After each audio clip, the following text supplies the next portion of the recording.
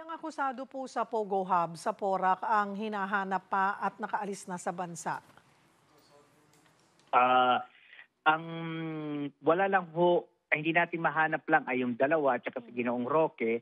Meron pa pong isang akusado ay si Ginoong Dennis Cunanan, siya po yung naging consultant agent nitong Lucky South 99 at saka yung ibang mga supervisors, managers at saka mga tinatawag nating mga security officers, security supervisors ng Lucky South 99 ay dahan-dahan na po silang nahuli. I just don't have the exact data ngayon po kung ilan ang nasa kustodiya na po natin. Pero meron na po tayong mga nahuli doon sa Lucky South 99 na kaso. Kamusta nga po ang kampanya natin laban sa mga Pogo? Marami pa rin bang scam hub dito kahit ipinagbabawal na? Mga hubs na malalaki parang wala na ho.